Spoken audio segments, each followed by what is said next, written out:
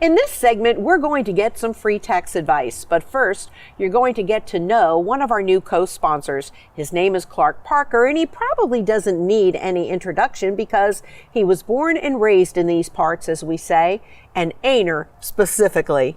And Clark, welcome to the show. So glad that you're here, and we're grateful for your sponsorship of our food segment. Glad to be with you. Tell me a little bit about yourself. Growing up in Ainer, boy, has Ainer changed.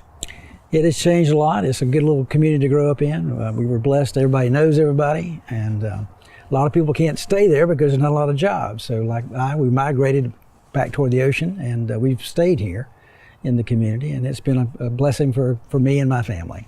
Then, of course, you went to Coastal. This has been home since day one. When so many people went to college and moved away, you just decided to stay. Well, a lot of reasons for that.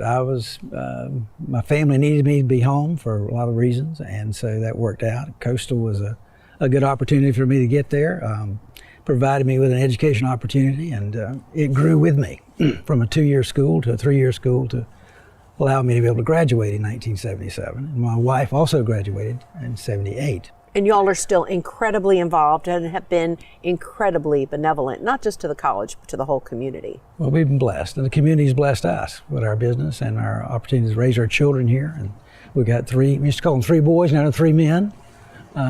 Bradley, the oldest, at 35, and Curtis is about 31, and Stephen's 29. And did they stay here? 2 out of 3 did. Stephen is the youngest one. He's actually in Washington, D.C. He's married. He's an architect, and he does something similar to what I do. I couldn't get any of them excited about going behind me because they said I'd have me too many hours behind a desk. But he's behind a desk in an architectural firm and doing well. I'm glad I got this interview with you. I know this is your busiest time of year as a CPA. First, tell me a little bit about your firm so people know when they see your name on the screen, they're better familiar.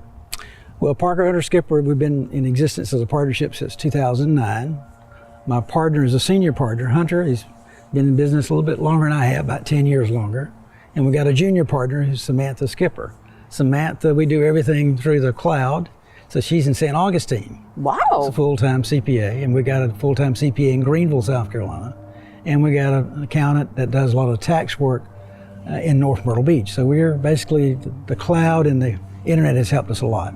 It's so beneficial for people to have a CPA. Let's face it, there's no way that an individual can keep up with the constant tax changes. And so I'm wondering, what have been some of the big tax changes in the past year? Well, of course, the Trump Tax Act has affected a lot of people in a lot of ways. Primarily, that standard deduction has been raised from $12,000 for an individual to $24,000 for a couple. And what we're seeing in that is that probably 1 out of 4 people can now possibly itemize, where 3 out of 4 are taking advantage of that new standard deduction, which has helped a lot. And we saw a little bit more refunds in those particular cases. Now, if you get, the bigger your family is, it gets eroded. If you got a family of 4 or more, the exemptions are going away. So you might see a little bit reduction in your tax refunds because of the larger family. What do you think is the biggest problem when you see people come in with their taxes?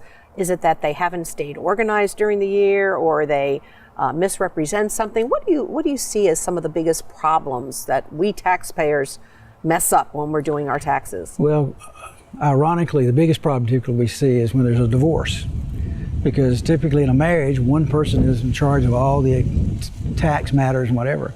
So when that breakup occurs, the other one doesn't know a lot what to do, and so we encourage people to do it together. If they can come in and do the tax interviews together or prepare those tax returns in a joint effort, it's a lot better for everybody, because everybody can add information that the other spouse might not totally know. So when we do interviews, we like to interview both the taxpayer and the spouse, or both individuals. What are some of the things we should save during the year that you find people forget to save? I mean, like donations to charities?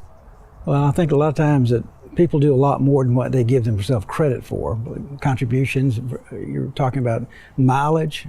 A lot of times people donate a lot of time and effort. Of course, their time and effort can't be deducted, but anything they spend out of pocket. A lot of times we see people travel to take people to the hospital in Charleston, or take them to other activities where they're required to go.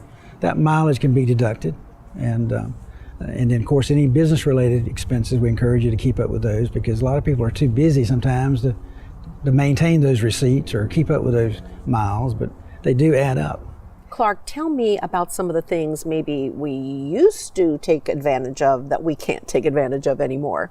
The biggest changes are going to be the employee business-related expenses that teachers, coaches, a lot of folks that have done things out of their pocket in reference to their employment are no longer deductible.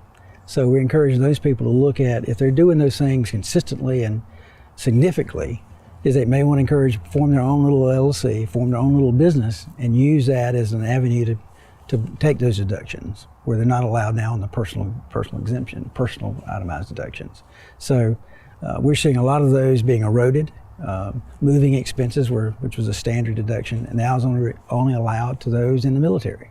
Oh. So we just had one today. A family had moved to Raleigh and spent quite a bit of money, but when I told them they couldn't deduct those items, that was a pretty good deduction, about $6,000. So be cognizant of those things you can or cannot do.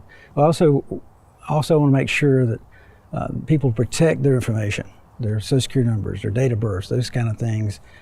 There's been a lot of identity theft issues, and that's a terrible thing to get when we try to electronically file a return and we find out that return has already been filed by someone else illegally. And that creates a whole gamut of problems for that taxpayer to deal with. So protect that information as best you can, because the date of birth and Social Security number are very critical information that they can use to create a tax return. And finally, a lot of times people think of an accountant like a travel agent. Oh, I'm going to pay more and maybe I can just handle this myself. But I have found, and I know most people say this, that a CPA can save you money because you know the deductions, you know how to do it right. You may keep them from going to court or facing the IRS. There's no doubt it's money worth spent.